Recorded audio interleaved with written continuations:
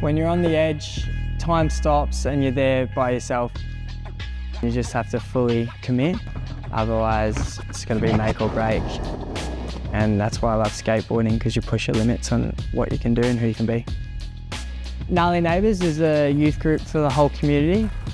Kids come in and they get to skate and have a structured lesson with skate coaches, so then they can just excel and have that social incursion at the same time. We're in Seymour, Victoria. It's an hour and a half out of Melbourne. It's often labelled as the end of somewhere, middle of nowhere. And growing up here, that's exactly how it felt.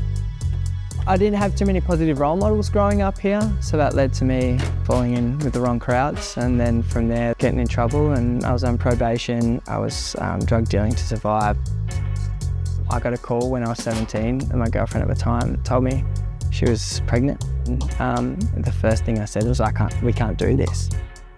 And she kind of said, well, I'm keeping it, so you can either stay around or you can bugger off. That's when I decided I was going to let go of the white knuckles and stop being angry at the world. This child wasn't going to have the same environment I grew up in, was going to have a more positive one.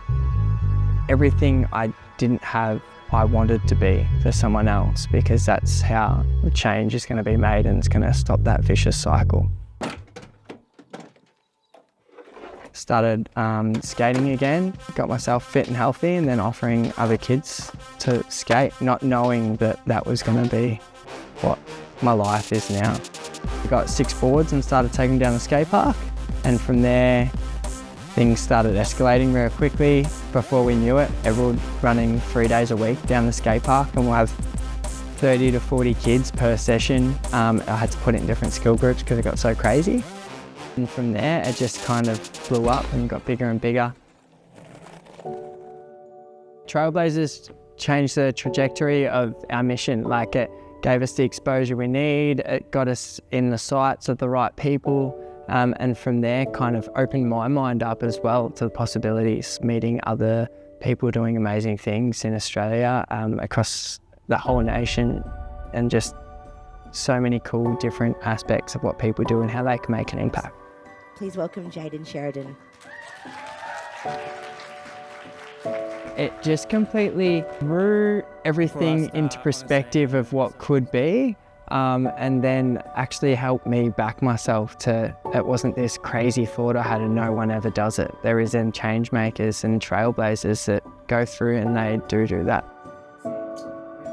The opportunities that have arose from that are just incredible. An ABC article came out and it ended up having 1.5 billion reads.